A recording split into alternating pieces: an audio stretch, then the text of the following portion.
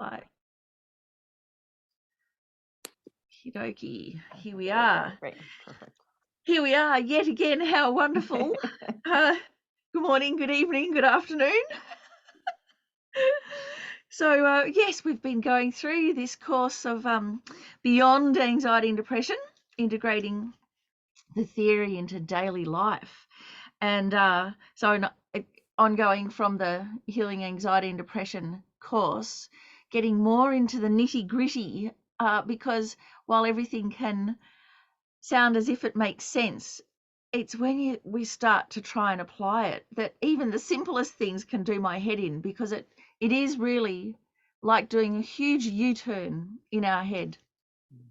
The Buddhist approach is so radical for that very reason, that it really goes against the grain. It goes against the grain of modern day life and thinking, of materialism, of the age of affluence, and instead looks within, looks really deeply into the causes of things, and the motivating factors are very different from our ordinary life. Not the worldly concerns, what we call them, of status or wealth, or good looks, or just having a good time. All of that's really quite fickle and unstable in a way. So the Buddhist psychology looks much, much deeper than that.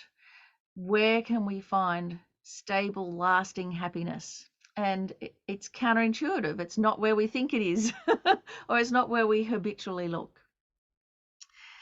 So we've been on this rather long and meandering journey together already. We're on week 5.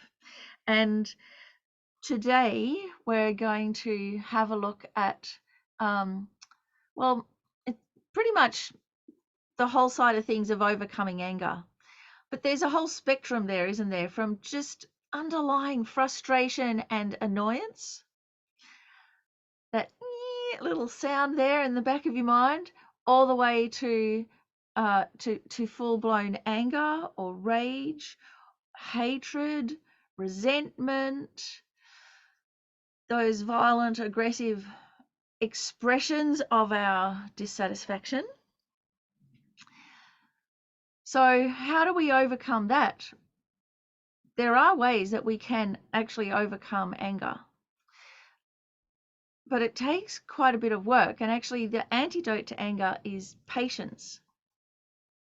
And the wonderful thing about patience is it's an antidote to so many more things than just anger. It's actually an antidote to any problem in the world.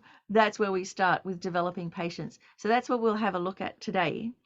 Not just the anger side of things, but how to develop patience, because there are different types of patience. And I mean, really, when you look at it, being able to control our anger and then to dismantle it, it's the most important skill that we need in life.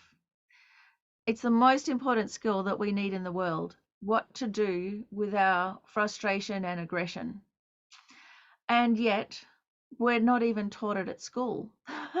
Our parents don't know how to do it. Nobody knows how to do it. And yet it's the singular most important thing for surviving as a species on the planet, for climate change, for human relationships. How have we got this far without education of overcoming anger? It's really quite amazing, isn't it? So even though we may not have been taught it at school, it's never too late to learn. We can learn right now and experience the benefits of being able to relax our mind.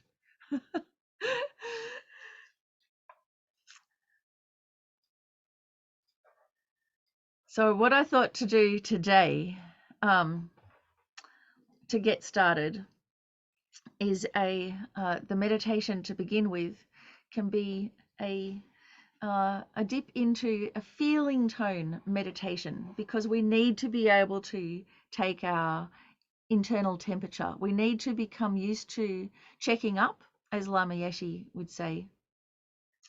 how to check up within. What is our internal temperature today? So let's have a go at this meditation, and we can then take refuge and set our motivation. It's always good to start by first adjusting our posture and then adjusting our mind. So adjusting the posture so that you feel comfortable, but you're still putting a bit of effort into keeping your back straight. So it's an even balance between effort and relaxing. So first starting with the effort of a posture that mirrors being alert, being ready to engage in meditation. And feel, for instance, that your spine, each vertebrae resting above, supporting the one above it, like a pile of coins, like a strong stable column in the center of your body, so that the work is being done by your spine, holding you upright, really centered, stable. And then you can relax. You can relax the body, let your shoulders drop. Release the tension held in the jaw and the neck and the shoulders. And enjoy that balance of being able to relax and yet stay alert and upright.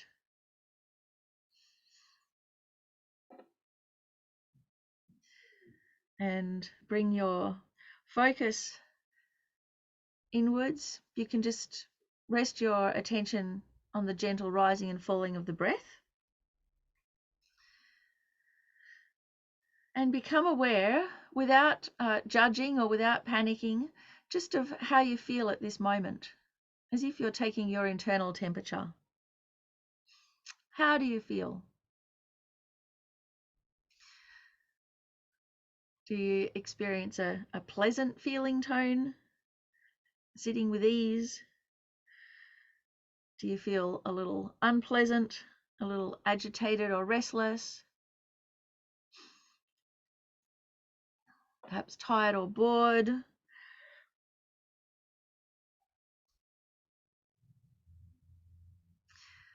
So if you feel a bit flat or bored, you could use this neutral feeling to rest in the calming rhythm of the breath.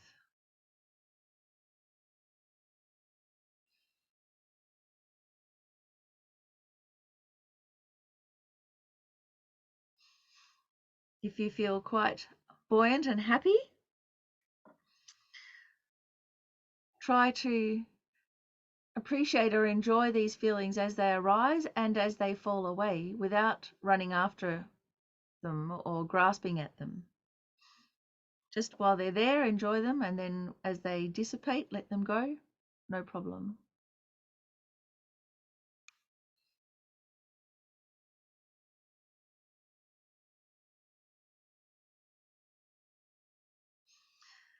And if you feel a bit low and grey, try and be with that feeling without sinking into it or without fully identifying with it. You're not reducible to any one feeling, including that one.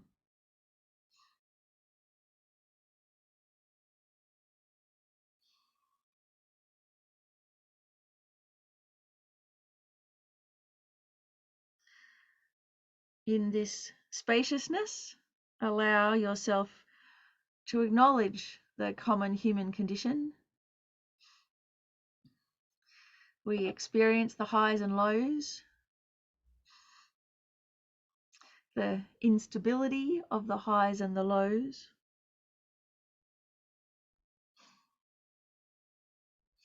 We all experience uncertainty,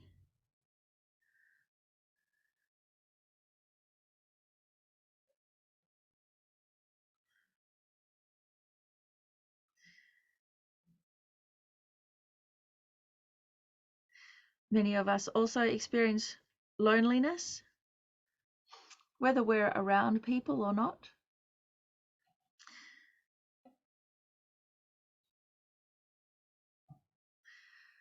We have the various temperatures of dissatisfaction, from just boredom to disappointment to craving to rage.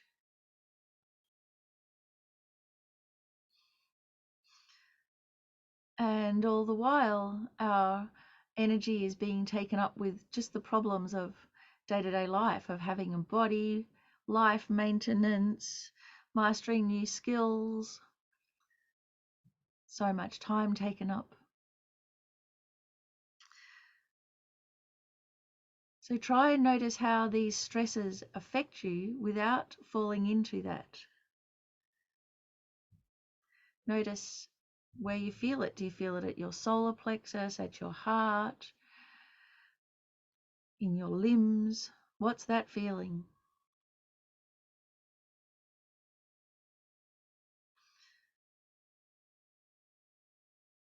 Notice that feeling, breathe into it, even before giving it a name.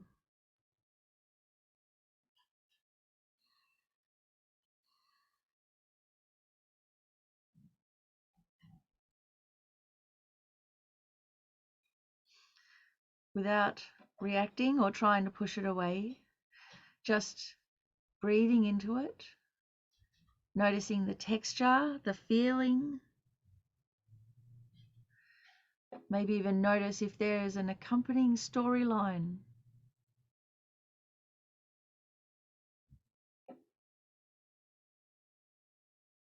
See if you can let go of that storyline.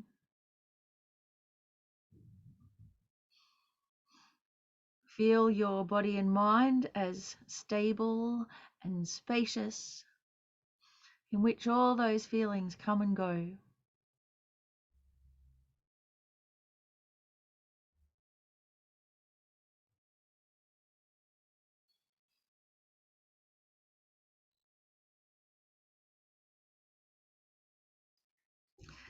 And so we'll set our motivation from this acknowledgement of our experience, of in particular, the sufferings and problems of a human being. So without fighting it, but just breathing into it with a sense of kindness.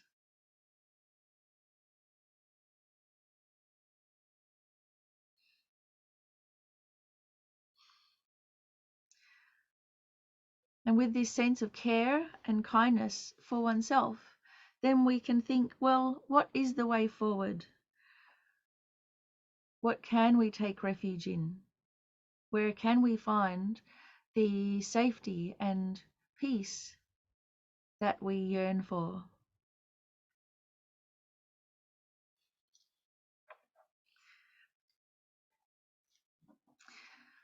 So bring to mind Shakyamuni Buddha, radiant and golden in the space in front of you, or any object of refuge that has already liberated themselves from these problems and has the ability to protect and guide us. And so when we recite the refuge and bodhicitta prayer, think that we're doing this for ourselves and for everybody else who's in the same boat. Think that we are now going to the source of how to actually liberate ourselves from these problems, not just kind of make do, and that we're bringing everyone along with us. So we can recite the refuge and bodhicitta prayer. I go for refuge until I am enlightened to the Buddha, the Dharma, and the Supreme Assembly. By the merits I create through listening to the Dharma, may I become a Buddha to benefit all sentient beings.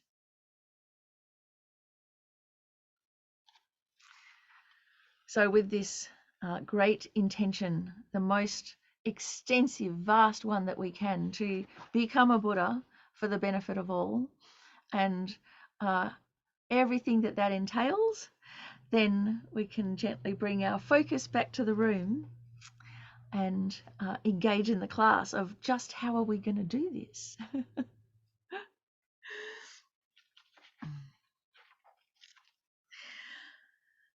So probably the first thing to talk about with anger is there's a whole lot of different definitions, and in the Buddhist literature, anger and hatred are kind of squished together as the same thing. But actually, when we talk about it, they're quite different things, and in a way, one leads to the other, and it's quite hard for us to be able to tease out the energy from the aversion and the retaliating. And what has so often happened in our culture is that the only time that we get moving or that we do anything, it's always tied up with anger. And so we've conflated these two things with the energy of, say, social justice and aggression. And this is such a diabolical combination. It's really makes things difficult on a long-term way for our own health and also the benefit of society. And it's such a tragedy that we've conflated these two things, actually being galvanized into action with aggression, as if it's the only way to do it. So much so that we can't even, like, especially experientially, try and tease them apart. So what I've found is very beneficial is to go back to the definitions, and this is where Buddhism shines. You know, we've got the perfect, very long-winded definitions, but they capture everything, don't they? And in the definition is everything that we need, including how to, in this instance, undo anger so that it doesn't arise anymore. So that's the aim, isn't it? Not to just squish it down and go, don't get angry, don't get angry. I mean, that takes a huge amount of effort, doesn't it? And the moment we lose our energy, tired, hungry, cranky, what do they call it in the ads now? Hangry. If we get sick, you know, the moment that we don't have enough energy to squish our anger down, then boom, it comes out and then we act out. So that's not a solution, is it? So let's have a look at the definition of anger. So this is like holding on to a little life raft. And so in our most wanted posters, Angry Andy, I found this picture, and I love this picture because I love pirates, but also I didn't realize at the time, but it looks a lot like my ex-husband when he's having a party. And but actually he's dead now because he died of alcoholism. But Angry Andy. So let's have a look at most wanted so that we can identify what anger is, not misidentify it. We've got to have our most wanted poster and be able to check up, is what I'm battling here actually anger, or is it something else? So here's the definition. It's a deluded mental factor that observes a contaminated object, exaggerates its negative characteristics, considers it undesirable, and then wishes to harm it. So there's a lot in this. So right at the very, let's start at the end, right there with wishes to harm it, because this is the distinguishing thing. Anger has, or anger, hatred within the Buddhist psychology is about retaliation. It's the wish to harm.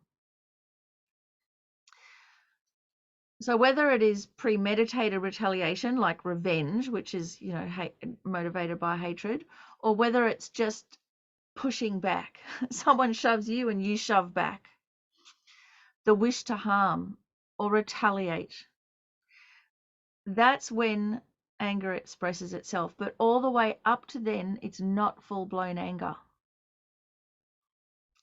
And not only that, what can happen to us is that we have both a wish to help and a wish to harm mixed together. That comes through our bias, our favoritism, through viewing some people as victims, friends, those needing protection, and others as perpetrators, enemies, bad people, ones we hate. We want them to suffer. They should have the suffering. So because of that bias, then even if we're trying to help one group of people, it's coming through wishing to harm another group of people. So anger always has this element, or hatred always has this element of harm or retaliation in it. And that bias or favoritism comes from the very beginning, the deluded mental factor. So this is where we don't have equanimity. So right at the beginning, we're deluded. And how are we deluded? We see the person and their behavior as the same thing. We see the person and their aggression, their prejudices and bigotry, their bullying, all of that kind of thing. We see them, that is a bully. We don't see that as a person overcome by their negativity, intensely suffering and being a bully. So that's the main thing about the deluded mental factor, that how we react or how we experience others, we conflate their behavior with the person. So right there is where the difficulty starts. And so many times in the last month or so, Eddie's been saying in class, you know, a Buddha sees no faults. When a Buddha looks at sentient beings, they see wonderful sentient beings. They see no faults, meaning that a Buddha doesn't see a bad person. There are no bad people to a Buddha. A Buddha sees potential Buddhas, wonderful living beings, in various degrees overwhelmed by their negativities. Isn't that amazing? So this is really, there's something that we can take from this again and again and again, to not conflate the person and their behavior. Even the worst person that we can think of, pretty much politicians, torturers, you know, all of that. There is what the Buddha sees, a potential Buddha, nothing less. Actually, like our birthright, all of us, is to become a Buddha. And then various degrees of being overwhelmed by negativity, of making wrong decisions, of being interpreting the world in a distorted way, of being biased. So that's the number one, deluded mental factor. Our mind is deluded, their mind is deluded. Straight from the get-go, we believe the appearances. And this is so hard to tackle, isn't it? Because if someone is yelling at you, like that pirate, you know, rah, and getting in your face, our immediate response is to shy away and to think, angry person. Very few of us can go, distressed person. Possibly, like if you're a parent and your kids went through the terrible twos, I mean, that's like apparently a whole year of just your child turning into a demon. And parents probably have to remind themselves again and again, you know, my child is not Damien, is not evil, is just a terrible two. They can't help it, all of these things. And you really have to talk yourself down, that the appearances are not the reality. And there's a big incentive in that with our, you know, with children. But it's still so difficult, isn't it?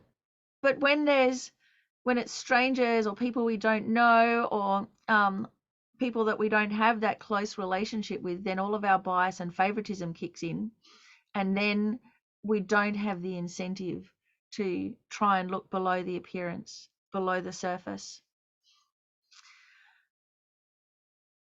So we can really see how important equanimity is to start with, the equanimity of seeing all beings as equally having Buddha nature, and as equally suffering, and as equally out of control, myself and them. And then, of course, we're going to have problems. So here we are. We have a deluded mental factor. They're not enlightened either, and so my deluded favoritism, distorted mind observes a contaminated object, meaning someone else who is not perfect, not enlightened, in the nature of, impermanence, out of control, don't have control of their mind, contaminated by disturbing emotions.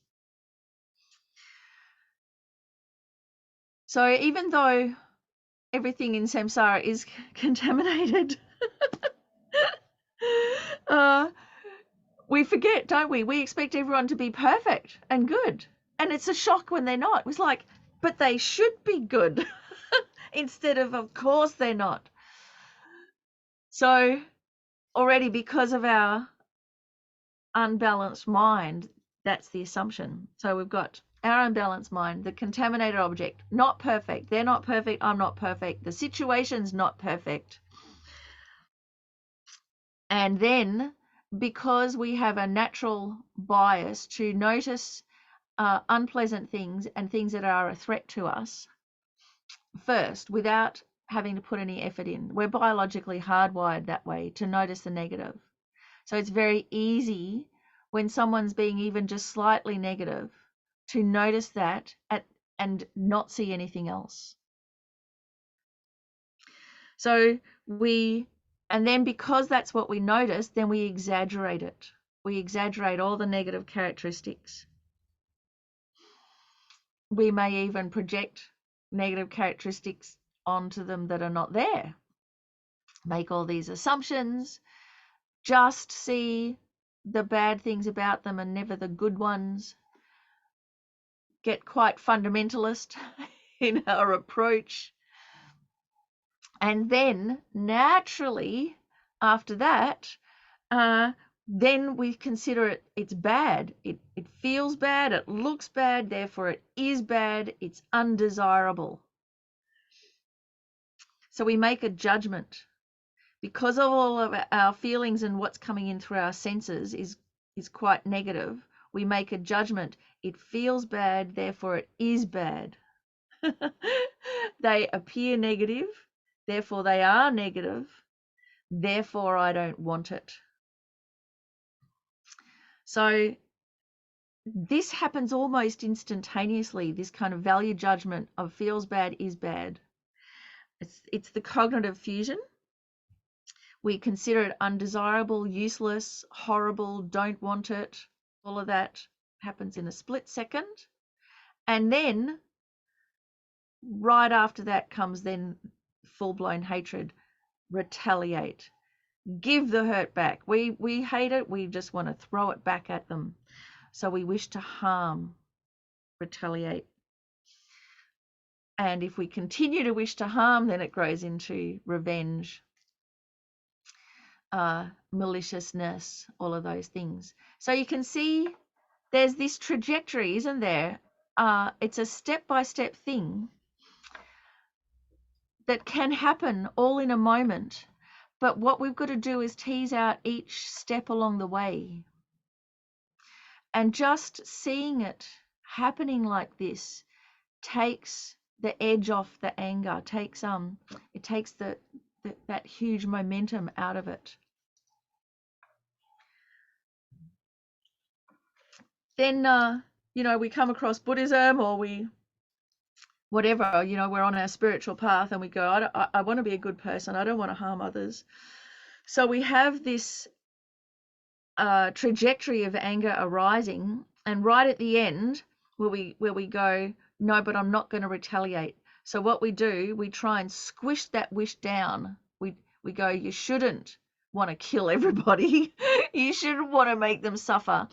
That's bad, Miffi. And so you squish the thought down and you try and suppress the thought.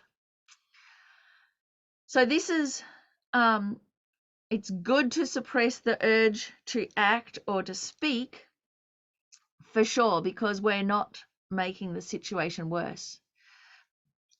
But that's not a solution, and we can see why, because it hasn't dealt with the whole rest of the process.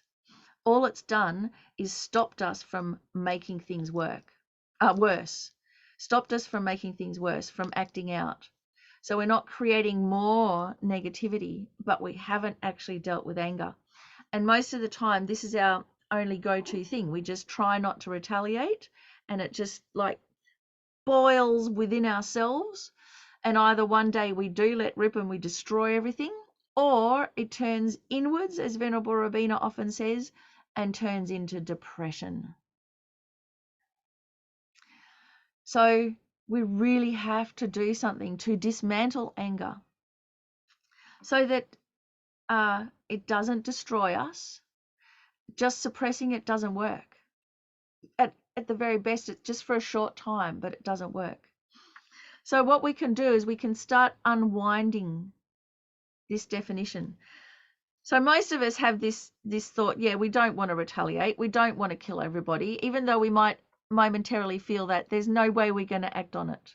And we can fairly much trust ourselves to not harm or to not retaliate.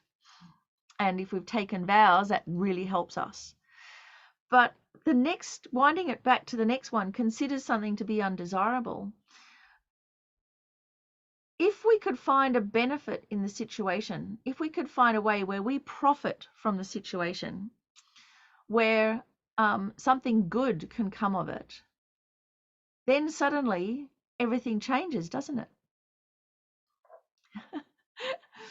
So the example I like to give about this one is, so for instance, if anybody here, does anybody here go to the gym or work out or do any form of physical exercise? Hands up. Yeah. 1, 2. Oh, that's good. 2, 3. So, is it pleasant? Yeah, kind of. Abelardo's going, yeah. Anna's laughing. Sheila's like, you know, so physical exercise, I mean, I don't think it's pleasant. I think it's hard work and it's exhausting, and then you're really tired afterwards, and then you get all sweaty, you have to change your clothes, and then you're buggered for the next thing, and it's like, so clearly what I'm just focusing on is all the negative things. So and this is why the rest of us who don't do any physical exercise whatsoever, this is why we don't, because we just focus on all the negative things. So the few of you that are focused on, yeah, they're the negative things, but hey, there's this amazing benefit that comes from it. Not only are you able to do it, you pay money to do it. So right there, if that second last one, instead of considering it undesirable, consider it desirable. Instead of going, oh no, think, great, I can get something out of this. What can I get out of it? It might, just like being in the gym. So Abelardo, probably you don't like the pain of the exercise, but you like the strength and the feeling afterwards. So this is the thing that we've got to look at. Where's the benefit? And how do we do that? We wind it back to the next one. So instead of exaggerating all the negative characteristics, we get a more balanced mind and we start looking for the benefits. Where are the benefits? And unfortunately, the only in our day-to-day culture, in the materialistic world, the people that are very best at finding the benefit are the kind of entrepreneurs that look at whatever disaster is happening in society and find the little niche where they can make some money. So, when we're motivated by the profit motive, we can do anything. But here we've got to be motivated by more, not just rely on the profit motive to do anything, but be entrepreneurs, like an inner entrepreneur, and really look, how can I profit as a bodhisattva on the bodhisattva path from this experience? There's huge profits to be made here. Bodhicitta profits.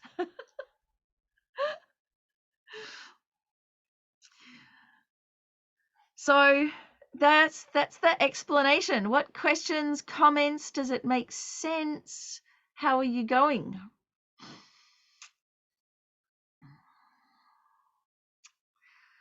Any dissenters yet? I'm going to need some dissenters.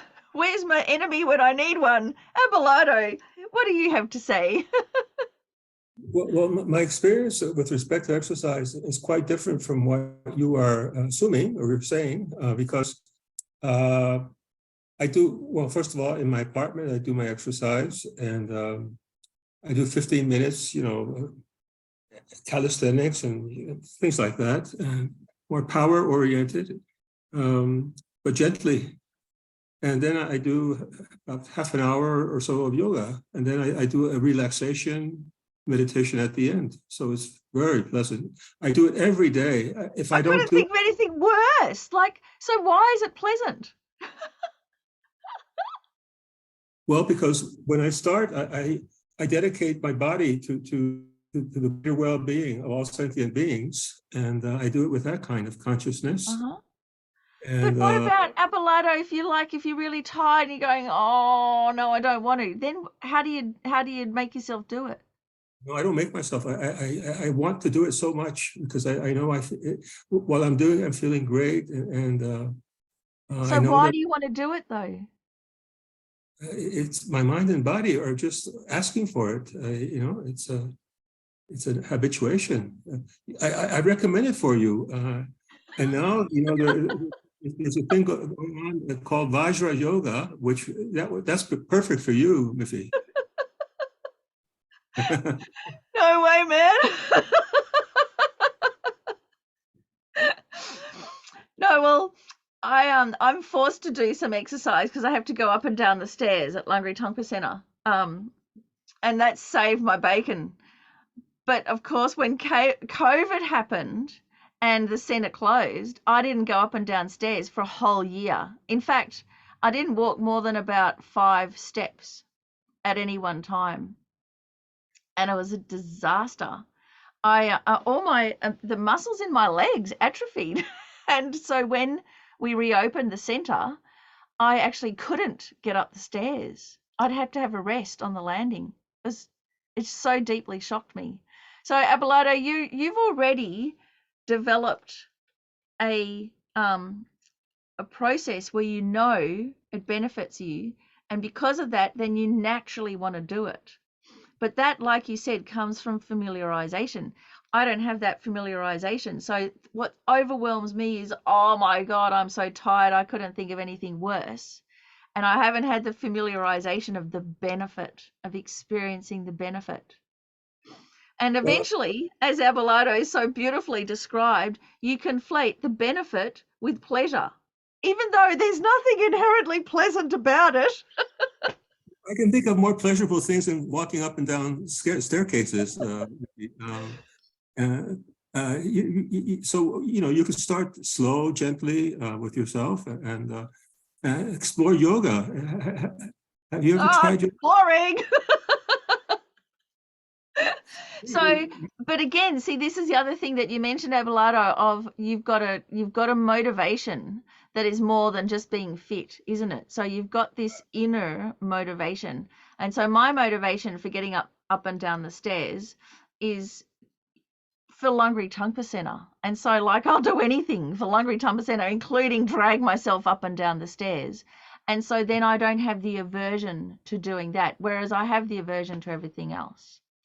So again, it's the motivator has to be more than just the thing itself.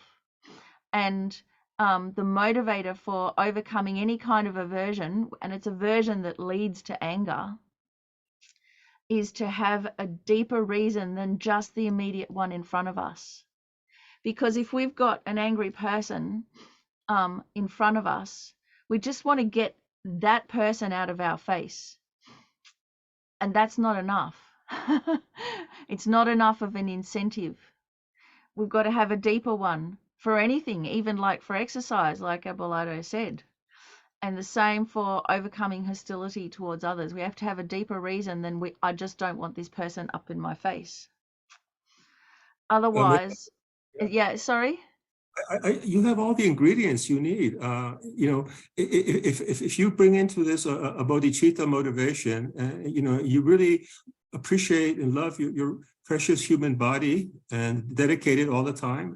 Each breath you do, say in yoga, I'm dedicating this to myself to all sentient beings. You know, that could make a mental switch for you, which you really need. It could. I think I'm going to have to wait till I'm a bit older, and then I go, oh my God, I should have done my fitness way earlier. Putting it off is not going to help you at all, Miffi. You know, your muscles will be even more, you know. I know. Worse. I mean, it's perfect, isn't it? It's the perfect example. And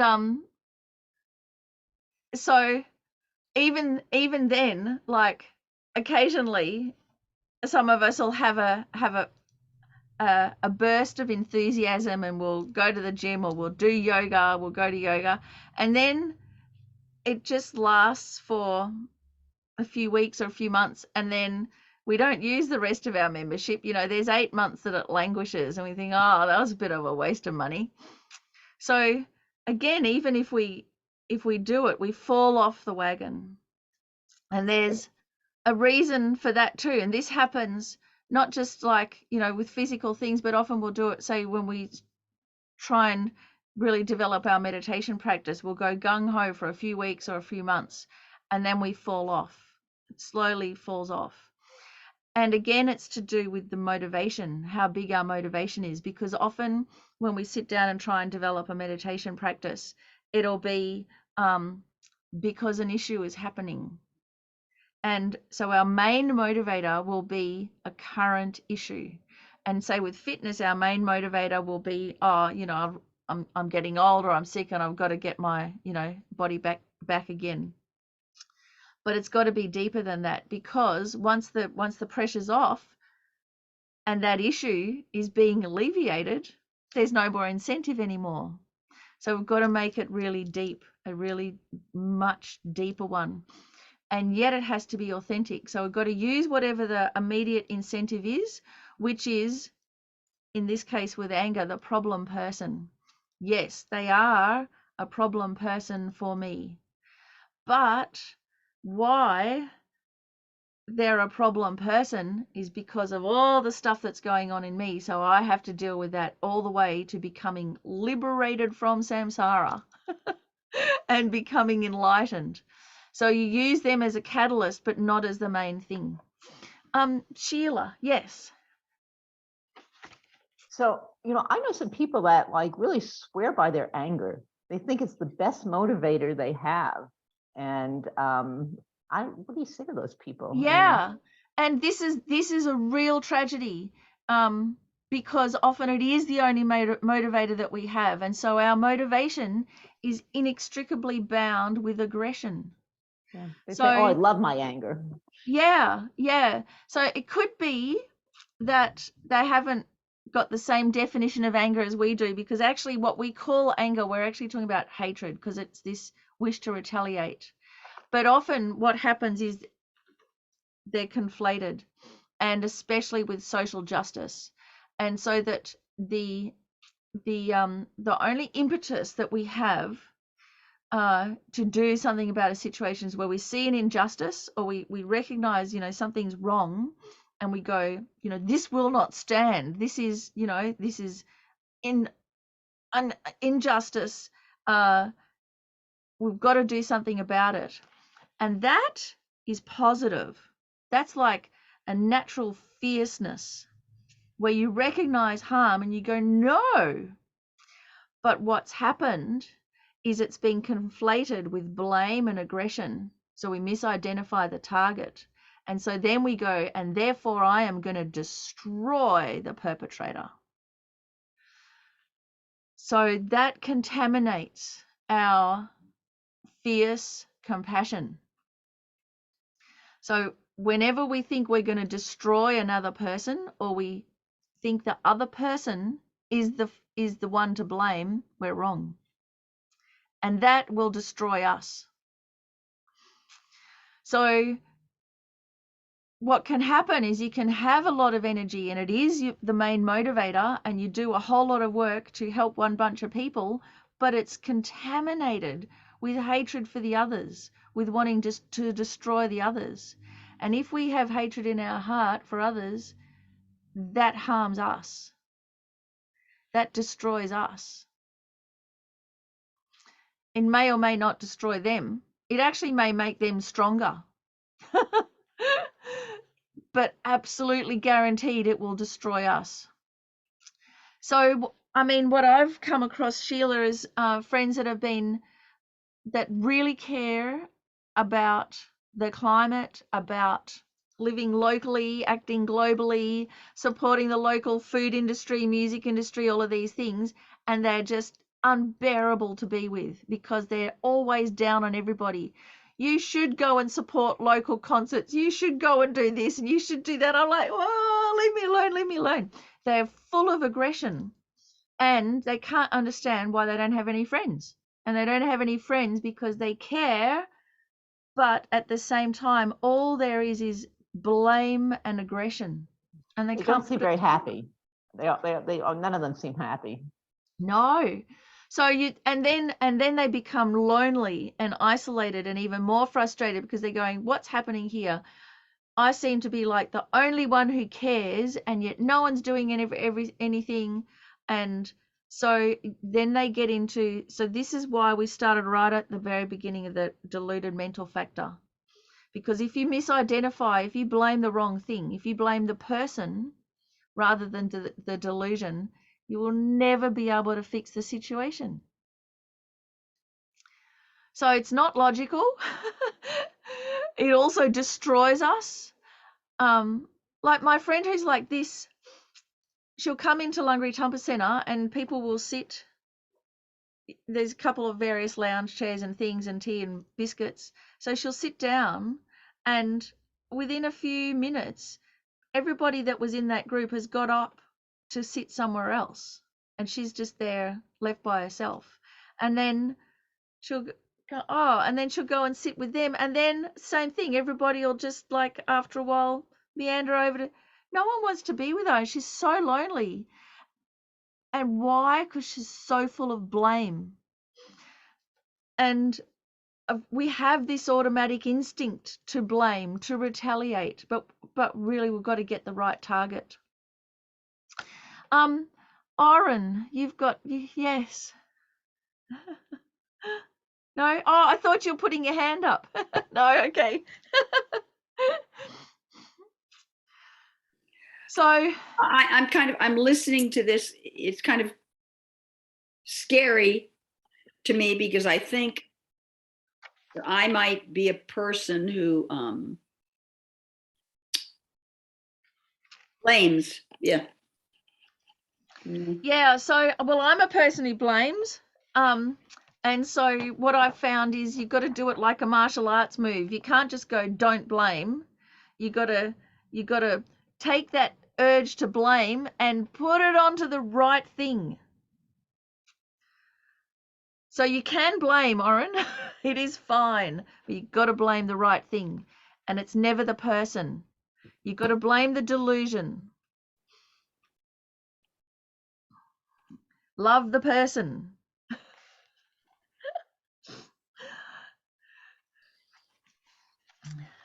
Okay.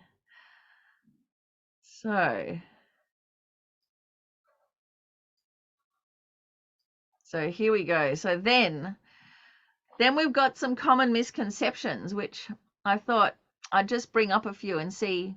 Well, this was the first one. Anger gives us energy. But even then, if we really look at it, it's not the anger that gives us energy. It's the concern that gives us energy. And it's anger that destroys us in the long term. And because we've conflated the two together, we can't even see that they're two things because they come together over and over and over again.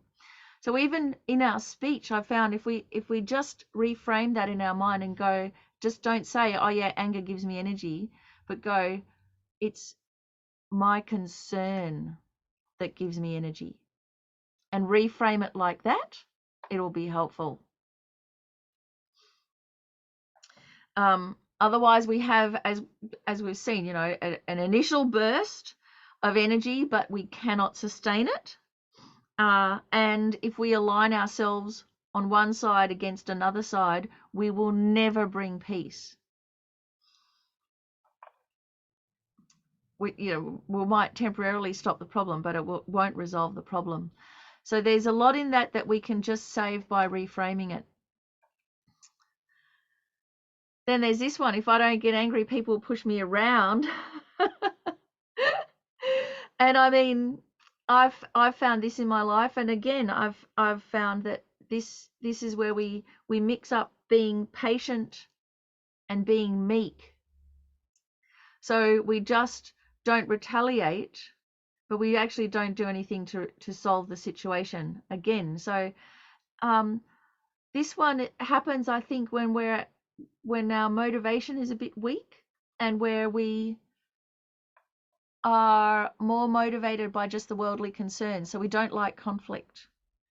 But that's not the same as having that fierce concern that goes, no matter what, I'm going to try and help in this situation. So we just become meek, or we become nice.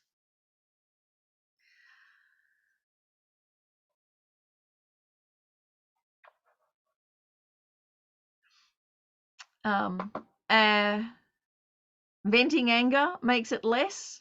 This is another one where the things are conflated, I think, where we feel, and this often happens, doesn't it, where we just lose it and everything comes out of our mouth, and it's such a release. It's like the pressure's off the pressure cooker, and we've finally put words to our frustration. And again, this is a really mixed bag, because often the only way that we can finally express ourselves is motivated by anger. But it isn't the only way. It's just that it's the only way we've been using. The anger overwhelms everything, and so we finally say what we think. And of course, because it's mixed with this intention to harm, with retaliation and anger, it's going to have a mixed result. So we say the thing, we've spoken our truth, we all need to speak our truth, but it's come out as a retaliation, as a wish to harm, without any concern for others. And so then that harm can't be undone. So then we say the things that later on we regret, or we lose our friend, or, it's. So our thing is, well, how do we speak our truth without being aggressive? I mean, it's crazy, isn't it, that's the only way that we can speak our truth is when we finally get that whoosh of aversion and aggression. It's the tragedy of the human condition. So the good thing about venting is the speaking the truth. So better to vent to yourself. Write it in your journal. This is so powerful. Just write everything down and never show anybody. And even, in the old days where people used to write letters, they'd say, write the letter 3 times. And pretty much the first time you write it, it's to yourself. And the second time you write it, you're beginning to think about the other person. And the third time you write it, it's going to help them. And you need all 3 letters.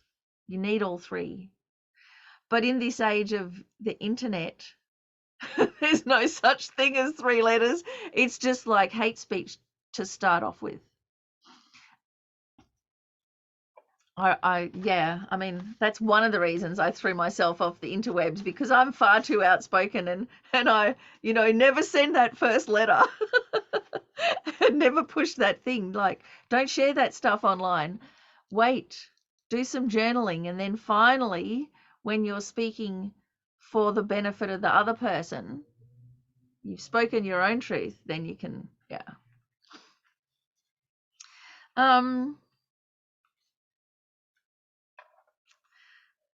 what else? So then there's a couple of other ones here. We have a right to be angry.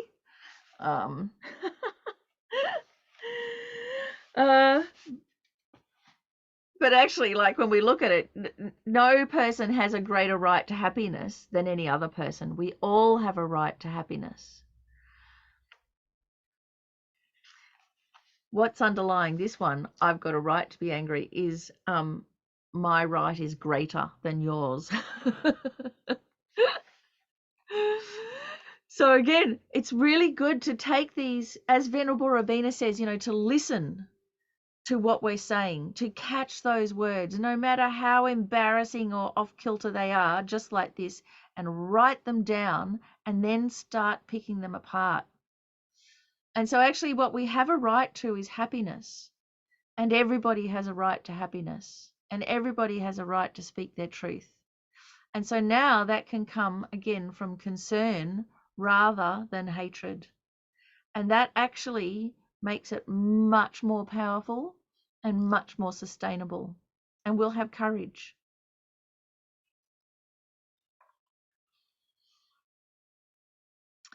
There's a couple of other ones, self-defense or justified hatred, like in wars. So, I mean, again, it's the same thing. We have to protect ourselves and others, but that's very different from wishing to destroy others.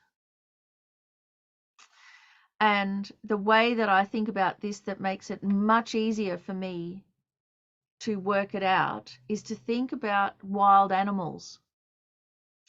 So if we're in the wild and, like you have bears in the US, don't you? If you're out upstate and you come across a bear, you're going to have to protect yourself for sure. You're going to have to take evasive action. But that's really different from wanting to destroy the bear, to wipe it out of existence, to hating the bear. Even with vicious dogs. So I notice sometimes in Australia, and it's probably all over the world, and people have the guard dogs, and every now and again the dog will turn on one of the children and maul the children. So in Australia just this week, a 2-year-old boy was mauled to death by a dog. So there's always this mixed reaction. Half the people will go, kill that dog, put it down and destroy it. But we know there's something wrong with that. Like, it's not an evil dog. It's in the nature of the dog. It's us being foolhardy, thinking that the dog is going to be fine with a 2-year-old child. It's us being foolhardy about animals or about wild animals. So again, we can seek to protect the child, protect the dog from doing something like that. But anger comes out with the thought to retaliate and kill the dog.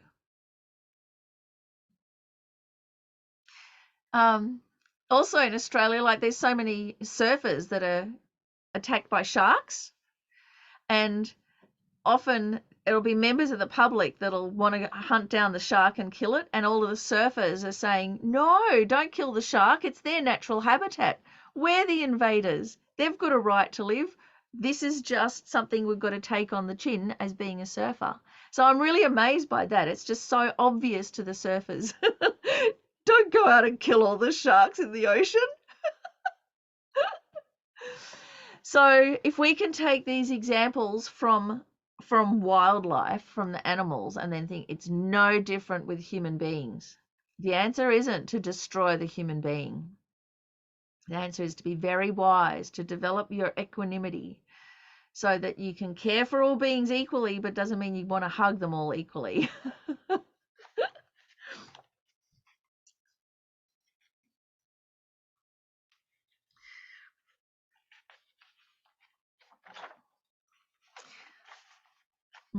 Okay, so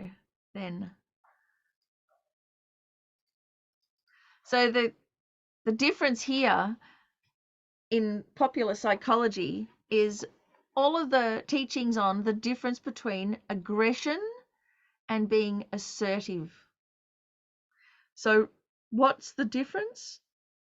It's the motivation, isn't it? From a Buddhist point of view, from Buddhist psychology, we must be assertive. But what should galvanize us is this concern for the welfare of others, not aggression and wishing to destroy. But to get there, we really have to unpick so much. But we must be assertive. We have to be, and we have to be really strong. And in Buddhist psychology, sometimes it's called wrathful, being wrathful, but I find this is it can be mistaken or read wrong. So I actually like the term being fierce. Beyonce talks about being fierce, and there's in it is this kind of popular understanding of concern rather than aggression. So the antidote to aggression, to anger, is patience. And there are 3 types. 1, remaining at ease toward someone harmful. So this is the operative thing, remaining at ease, our mind staying relaxed, even in the face of adversity, of aggression, of something that's usually unbearable. And how do we do that? Well, first off, we recognize they have no freedom.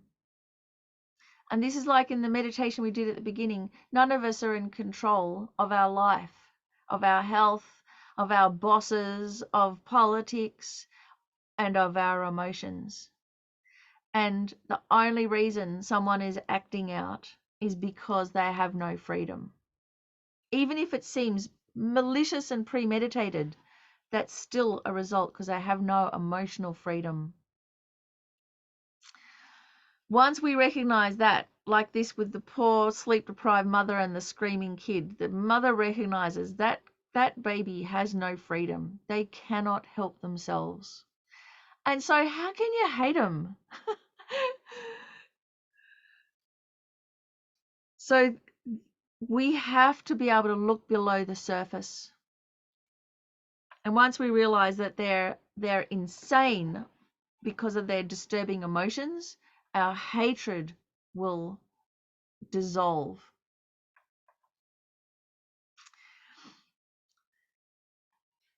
From that point of view, from Buddhist point of view, it's karmic as well. The reason that I am suffering in the face of this is on me, not on them. They're the catalyst.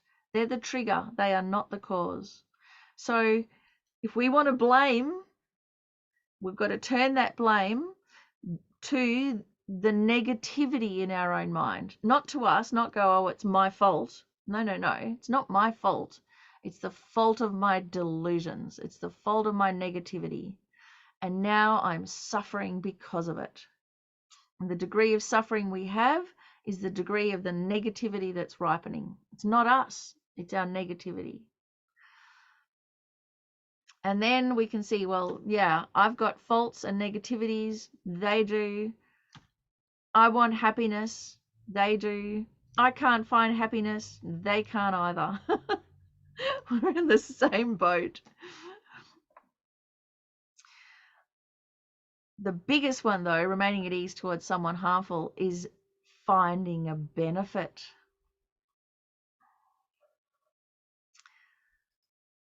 So what is the benefit of having an aggressor? What's the benefit of having an enemy or someone mean? Let's see. Oh, Anna, I haven't heard from you. What's the benefit of having someone mean? This happened to me, and I discovered I turned the mirror back on myself, what I needed to work on.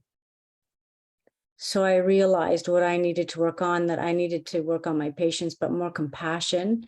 And I realized my self-centeredness rather than me focusing on the other person's suffering.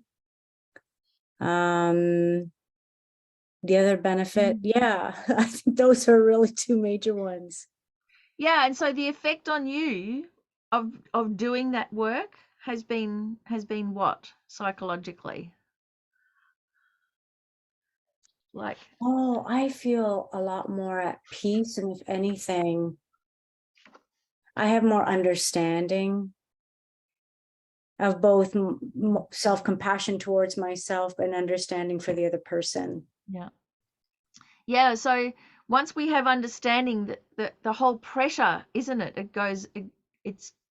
goes off. The pressure stops. That's a And good way. That's a good way of describing it, because that's the truth. I suffered for a while because this person, I found him so frustrating. And once I really kind of started to accept, like break it down, all these things I spoke of, that's exactly it. The pressure just dissipated. yeah, and really that's what patience is, of being able to be relaxed. It's still a bad situation. It's not like now it's a good situation, but you're relaxed, and then you can make something good of it, which is you become stronger, you trust yourself more, you have more compassion, you'll be then better able to respond, maybe even do something about it. So yeah, I remember years ago, me and Pearlie, we had a friend who'd just come over from Israel, and he'd been incarcerated by the Israelis and by the Palestinians both, and was really quite traumatized. And of course, you know, we're like country girls in little old Brisbane, and just like anyone who comes from overseas is exotic and wonderful to know. And but he had no idea how to handle women, and he was just all handsy and really aggressive, and so people hated him. But we kind of, maybe between the two of us, we were able to kind of get through this initial total sexism and arrogance and everything, and it was really quite confronting to see the guy behind who just didn't know. No woman had ever talked to him as a human being or explained, you can't do that. You can't do that to women. And so when we started explaining, he's like, oh, I didn't know. And I'm just like, my gosh, I wonder how many other sexist old grumpy dudes that I've known that could have actually been helped, instead of me just going, oh, I hate them, you know. So, Anna, you still have your hand up. I'm just wondering, no, by accident? Well, I just also wanted to still be honest. So I did some work, but sometimes I'm noticing that depending on the person's behavior, I can still be triggered. But I'm noticing that I'm better at stopping myself and then analyzing it right in that moment. Yeah. If I Yes. had to be Yeah. honest. So being triggered, that's like that feeling of aversion comes up. So something unpleasant. And it's the behavior, not the person. I can separate that, but Yeah. all of a sudden I still feel like, oh, no, you didn't. Yeah. But see, that's the thing. So we don't have to go into denial and go, oh, it's not a bad situation, or even oh, it's nice. I mean, eventually we'll be able to, but in the middle here, where we're just bringing our wisdom to it, we stop making things worse, so we're not retaliating, but now we bring our middle scope is bringing our wisdom to it and go, well, yeah, it is a difficult situation. It's not pleasant. I don't feel that I like them, but on a deeper level, we're both human beings, and they are more stuck than me. And how could I hate them? In fact, I want to help them. And this is really good for me, because there's nothing like an enemy to point out exactly in great detail how to act and how not to act. Like, we don't know until someone does it really bad. Someone does a bad thing and we go, I will never do that. So, you know, that's the middle scope where we bring the wisdom, and it gives us this real inner equilibrium. And it's okay to be triggered, because what happens is it's an emotional flash that comes up, but we don't take, you know, the blue pill or the red pill or whatever it is and go down the road of blame. We take the other one and go, well, yeah, that's just cause and effect, and I don't have to read a big blame story into it. In fact, I'm suffering because in the past, way back, some past life, I harmed someone else, and now it's coming back at me. So how can I blame them? In fact, it's my fault that they're angry, because I am their trigger. And I don't want to do that. So we begin to turn it around, and then eventually what appears as the face of the enemy will start really caring for. So then it'll be mixed the other way, that it's not pleasant being with them, but we really like them. We really care for them. And then I think someone like Lama Zopa Rinpoche, you know, he cares about all of us, and all of us, no doubt, are rather difficult, and yet he genuinely loves us all. Like, how's that even possible? Because he doesn't conflate us with our delusions. In fact, all of our delusions make him care about us more.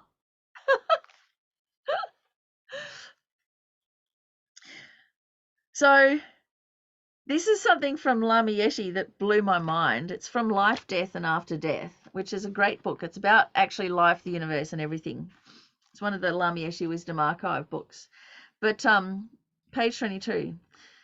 No matter how much wealth and material we've accumulated, no matter how many decades we've studied, and no matter how good our reputation, no matter how many people we have below us working for us, if we don't practice patience and the good heart, we will have no peace of mind at all. Even if we spent millions of dollars on houses all over the world, as long as we haven't dealt with a self-cherishing mind, we'll have no peace of mind.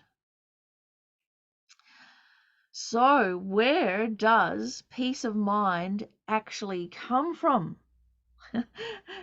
It comes from the enemy. In practice, the person who disturbs us is the one who offers us peace of mind. By practicing patience and generating loving kindness and compassion for this person, our anger diminishes. Year by year, we find it harder and harder to get angry. And when we do, it lasts for shorter and shorter periods of time. Friends and helpers don't give us the opportunity to practice patience, loving kindness, or compassion. We have to rely on enemies for that. I mean, isn't that radical? Where does peace of mind actually come from? It comes from the enemy. It just blows my mind. And why? Because the enemy is the trigger for us. The whole rest of the time we're living in this kind of neutral, untriggered state, but doesn't mean all of those seeds, those experiences, all of our delusions, they're just there latent like crocodiles under the surface. Then an enemy comes along and triggers us, and now we know where we're up to, and now we can work on it. And thank you. There's no way I would have known otherwise. There's no way we can become confident unless we know this. So that's the benefit. That's the benefit we can remind ourselves about in any difficult situation. Huge benefit. Let's take it. Let's jump right in. And instead of going, no, don't like it, don't want it, because it feels bad and we've got this, upshoot of energy, we can go, this is good. The difficulty is good.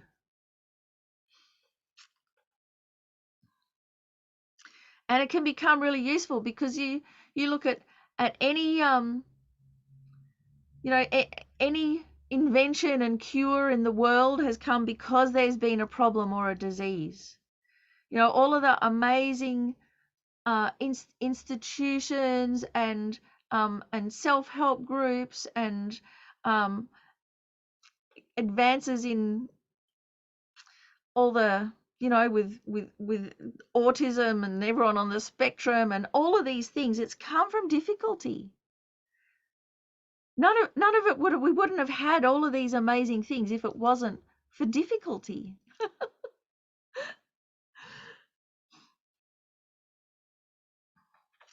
So in the reflection sheets, there is a question there about finding a situation where you started to react with anger but stopped yourself, and what was the result.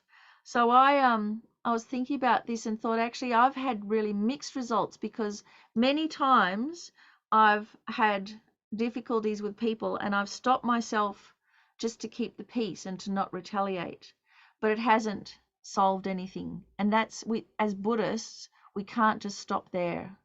We really have to go deeper and not be motivated by the worldly concerns of just keeping everything nice, but actually the real big picture, which is this situation now has given me the exact thing to work on. And I need the difficulty. I need the enemy.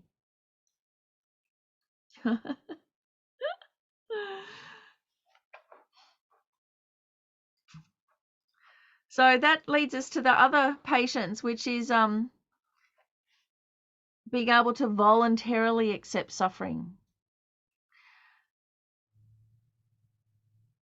especially for things that we can't do anything about, like illness, accidents, weather events,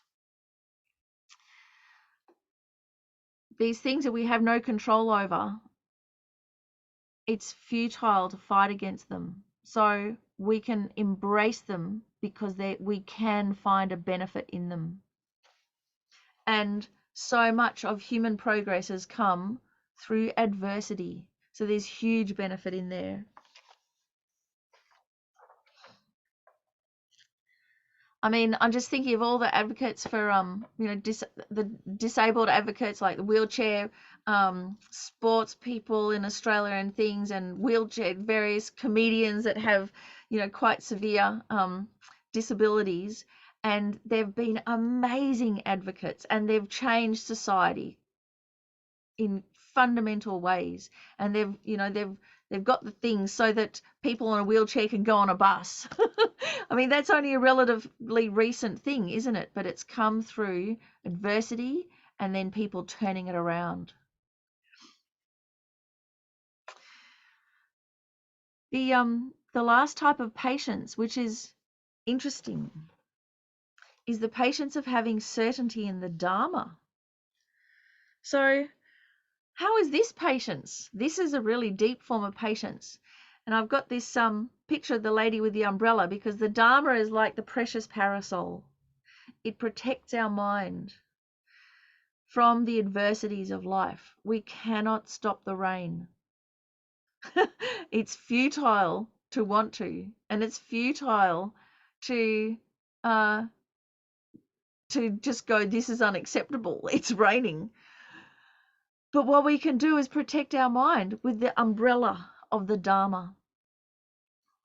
And this is how we have confidence, so that we have this courage and confidence within ourselves that we know we can do it. We have the Dharma to rely on. And we have an understanding not just of human nature and foibles, but of human potential. We remember how a Buddha looks at sentient beings without flaws. All the flaws are like the overlays, the adventitious mental factors. They're not part of that of our mind. So that kind of certainty in the Dharma, that's a very deep patience.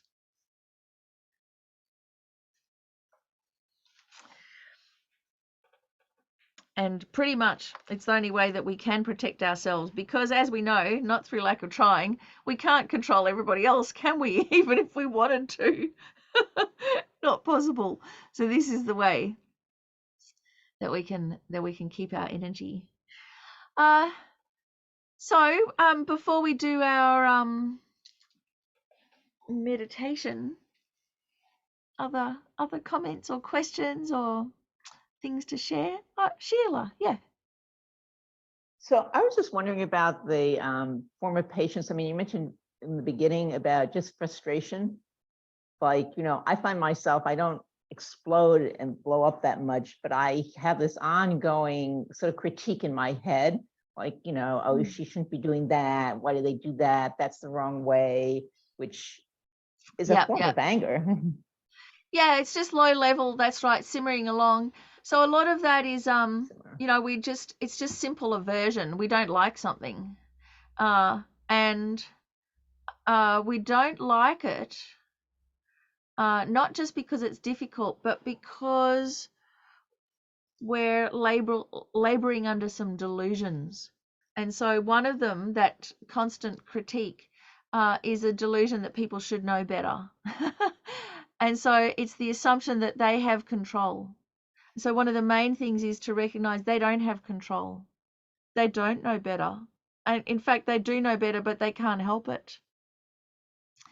So with the constant bubbling under the surface of that inner critique, we've just got to change the words a bit to recognize. So a feeling of aversion comes up. It can lead to compassion, not being judgmental, but to go, oh yeah, I hate this, I can't bear it, and neither can they, and poor humans. How tragic. And so you can become kinder. But what happens is the feeling comes up, we don't like it, and we just react like in the worldly concerns way. We don't want it. We'd want to get it away, so we retaliate. We go, no, I don't like them. They should know better. They should stop, all of that. We kind of go off. So actually, every time we feel frustrated, it can lead to us being kinder to others.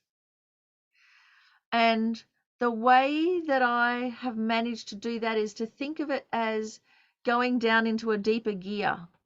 So you're going along and you're getting really frustrated with someone, and then it's like, now, Miffi, you got to relax and go down into a deeper gear, which is they have no control.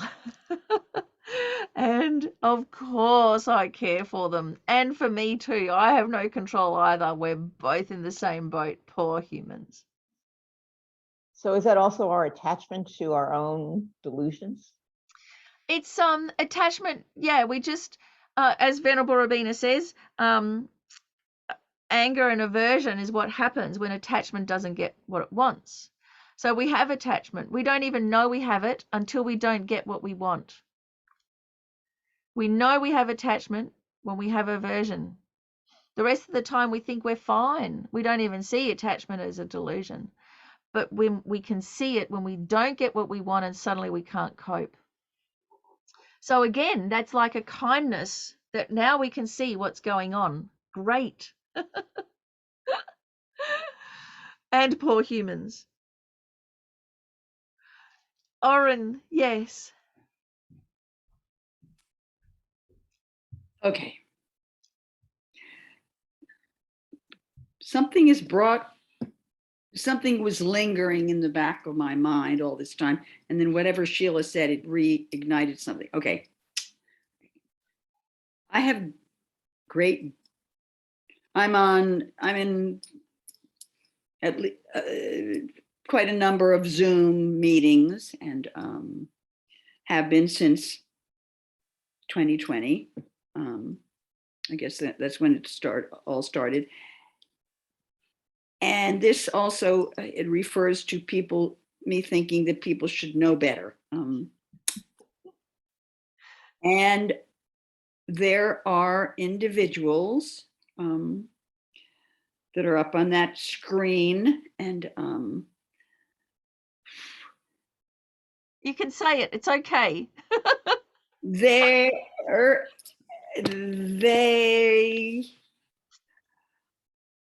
take up a very big space because they are always talking, and they're and very often about, you know, I know a lot of this comes from my own background of parents who were always talking all the time and not listening to their kids. However, I have a very hard time being in situations, in meetings where people are talking and I get so angry, and I want the leader of the group to please take some control and just get them to zip their lips and just well, and that is a leader's job. A What? leader's job is that is a leader's job to do that. So it is a shame that many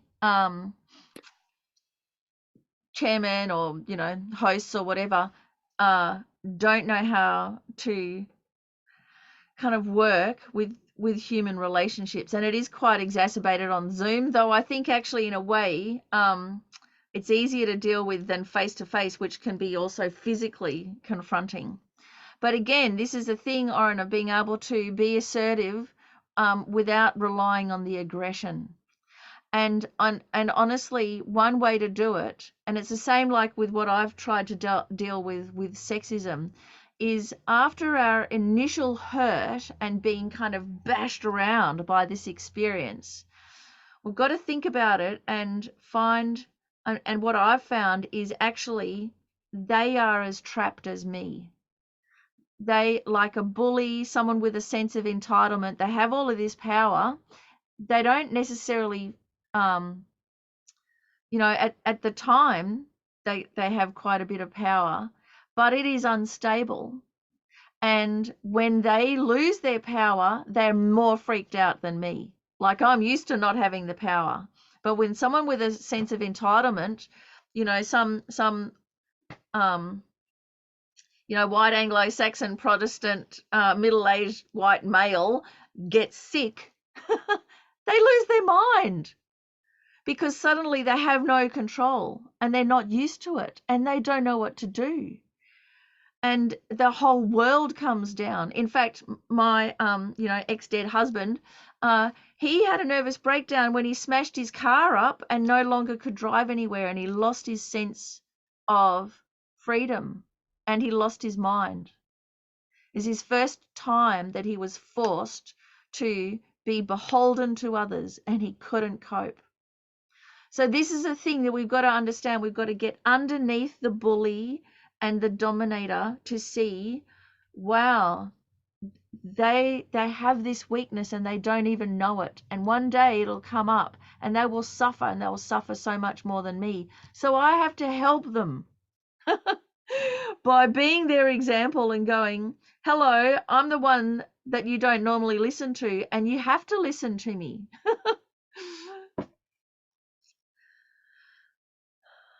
So I don't know if that helps, and maybe you have to have a chat with whoever the host is, on all the meetings, and go, for the welfare of everybody, I also need a say, and you have to help me have a say. And Oren, this might take a while. I mean, I've been going through a process like this here, and it's been about 7 months, and it's been really hard. But even though, What kind of process? What kind of process? a whole mediation process with human beings acting badly, and so I've had this whole experience of being able to, I've been trying to grapple with, how do you recognize that they're acting badly, but they're also a precious human being, and to reconcile those two things and hold them in your mind at the same time. It really is a process, but it can be done. So at the end of this process, even though it's been excruciating for me, inside I'm actually really happy. But actually at the end of this process, it hasn't been excruciating for them, and only now are they becoming aware of what happened, and they're so regretful. So, one way we're just motivated by the worldly concerns, which is pretty much what was happening with them. And so then that's why it just went on for over so long. And I just went, well, I'm powerless here. I've got to do whatever I possibly can from a Dharma perspective. And so actually it's been horrible, but it's been great. And I don't have any regrets, and that's really interesting. But I've been in tears for months.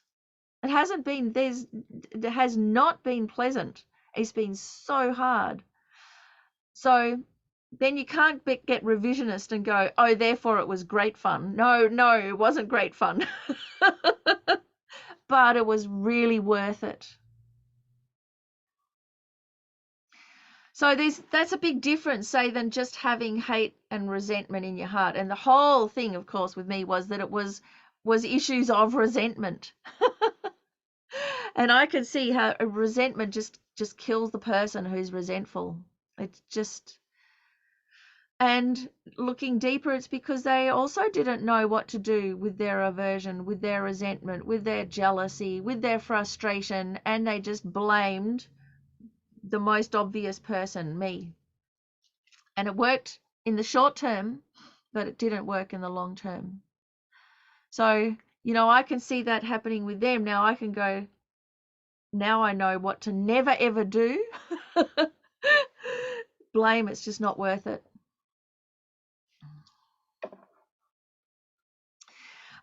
Okay, so, oh my gosh, we've gone over time. We didn't get to do the meditation, so I'd really, really like to just do a short, very short meditation on this, the Tonglen one, the taking and giving. It doesn't have to be long, and in fact, Lama Zopa Rinpoche says just a few minutes on this is so incredibly powerful. So this practice, the taking and giving, is the higher scope one of we have the terrible situations, and yes, they are unpleasant, they're frightening, they take all of our energy, and we've tried to analyze it, to think of it in a different way. We tried not to retaliate, that's the lower scope. We tried to analyze it and think of it in a different way and get some kind of benefit out of it, that's the middle scope. Now the higher scope is every terrible situation that we have, we can use it to benefit ourselves and others. It's actually like this, like a perpetual motion machine where we get unlimited energy to benefit others. We can use it. So this is a higher scope. So let's just have a go. Very, very simple. So feel all that pain in your heart. All the frustration and the loneliness and the rage, how it's kind of, it collapses us inside in our heart like a great big black hole, and it's like a crust or a barrier isolating ourselves from others. We feel so alone. So this is like all of the hurt and the crust at our heart of the self-cherishing mind, the egotistical mind, the reactionary mind, and all through time we've just built this crust, and it's made us lonely and blind to others, and it's harmed us, and we know it's not the solution, and yet it's just this self-preservation thing. It's so bad that even hearing about someone else's pain causes us to recoil. So recognize, I am one and others are many, and I have this excruciating pain, and so does everybody else, just like me. In fact, some are even worse off than me. Can you imagine? And they have no control, just like me. In fact, they don't have any way to work with it, but I do. So let's do something truly radical. And as we breathe in all of the pain of others, all of the suffering and the isolation and the fear and the bullying and the negative emotions, and breathe it in from the universe and feel it coming towards that crust at your heart. It comes as this huge cloud of negativity that hits that crust at your heart and destroys it. It completely shatters that barrier. The crustiness at your heart just breaks open. It spontaneously dissolves. And it releases your natural care, your concern, your natural good-heartedness. And now that can shine forth. And as you breathe out that radiance and light. Breathe out all of that good-heartedness to all living beings. And feel that now all your natural goodness is liberated. And it radiates out in light, touching all those who are depressed, freeing them, bringing all the good things to people in need, relief and comfort to the lonely, protection to the bullied, humanity to the oppressors, strength to the timid.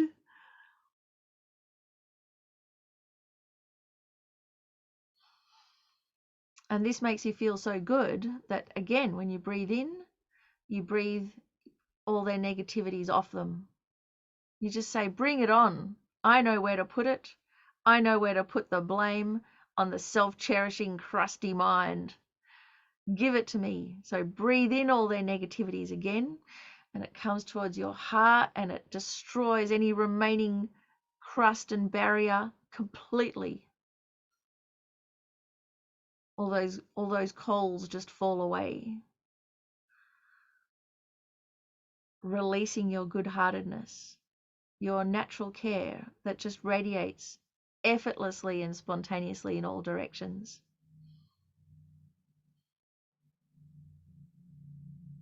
Your heart is open. The people are liberated. The environment is peaceful and calm.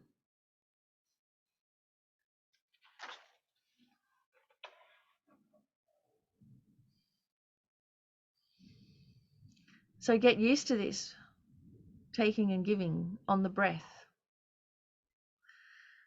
And let's dedicate that we can marry even our breath on the path to enlightenment, to use just simple breathing to be able to completely change our attitude and use all of the difficulties to help ourselves and others. So let's dedicate. Due to the merits of these virtuous actions, may I quickly attain the state of a Guru Buddha and lead all living beings without exception into that enlightened state. May the supreme jewel bodhicitta, not yet born, arise and grow, and may that born have no decline but increase forevermore. As long as space endures, as long as sentient beings abide, may I too remain to dispel the sorrows of the world.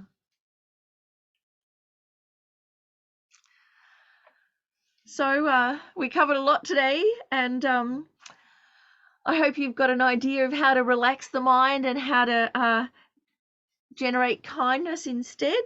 And thanks for your courage and your comments.